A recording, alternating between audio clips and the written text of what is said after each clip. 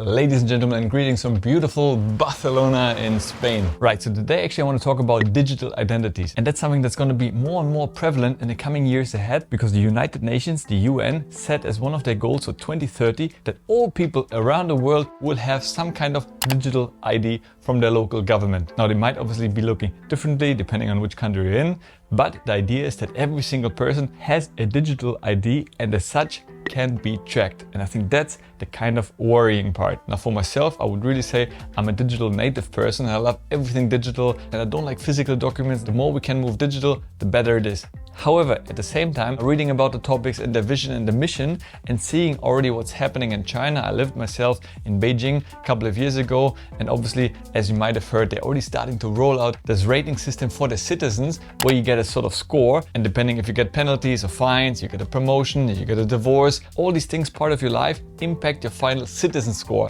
So that's pretty scary. Maybe you've seen the TV show Black Mirror. If you haven't, definitely check it out. And that really shows you a future in which everybody is trackable and rateable and what impact that can have on your life. And as you can imagine, it really depends on the government, but in many cases it might turn out extremely bad because the government will have all the power. They can control every single thing about that person. You want to take a mortgage, but you had a fine before or did something bad or even said something bad online against the government potentially, boom, forget about it. You'll be denied your mortgage application. As amazing as it is to have everything online, and every time I travel, I wish I had my passport on my Apple Wallet so I can just, double click and use it without having to carry my actual passport. But looking a couple of years into the future, I really think it will come with a lot of risks attached to it. Because at the same time, you see a lot of governments working on CBDCs, central bank digital currencies, and that will give the governments ultimate control because they can see every single transaction that you will be doing in the future because you have to be using the CBDCs. Once we go away from paper money, the only way to transact is going to be through CBDCs, because what some people predict might happen, that those governments, once they have the CBDC out there, they will actually heavily crack down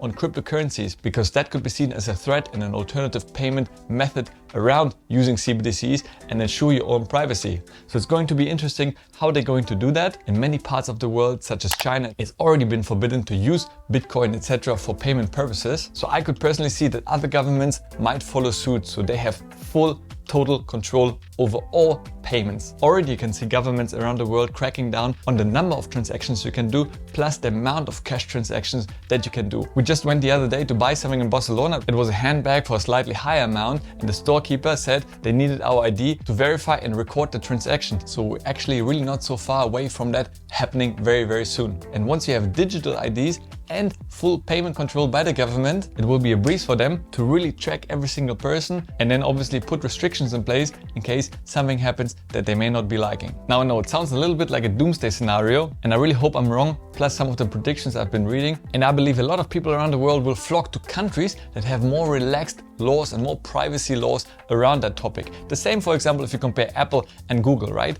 Apple right now really positions itself as a privacy forward. That's why some people pay premium, because they think they get more privacy. Now, I'm not a data analyst, I can't say if it's true or not, but myself, I'm also using Apple products and I like to pay premium because I feel I get more privacy for my money. So I can see the same thing happening with different countries that will kind of position themselves as having more democratic values and value more the privacy of their citizens, and that might attract more people coming there. So rather than being tax benefit for people to move to a country, it could be potentially a privacy benefit to relocate to other countries. Because personally, I think a lot of countries having those tools in place will also crack down on tax havens, tax benefits, tax loopholes, because once again, it will be very easy to share data across different countries and make sure that their citizens don't evade any taxes, because governments obviously want to drain their citizens as much as possible to have the power and invest more into other things. So guys, what do you think about it? Does it sound scary, or will it bring more opportunities with it in the future? I hope you enjoyed this video. If you did, please give it a like, subscribe to the channel, it means the world to me. As always guys, stay healthy, get wealthy, and I'll see you in the next one. Ciao.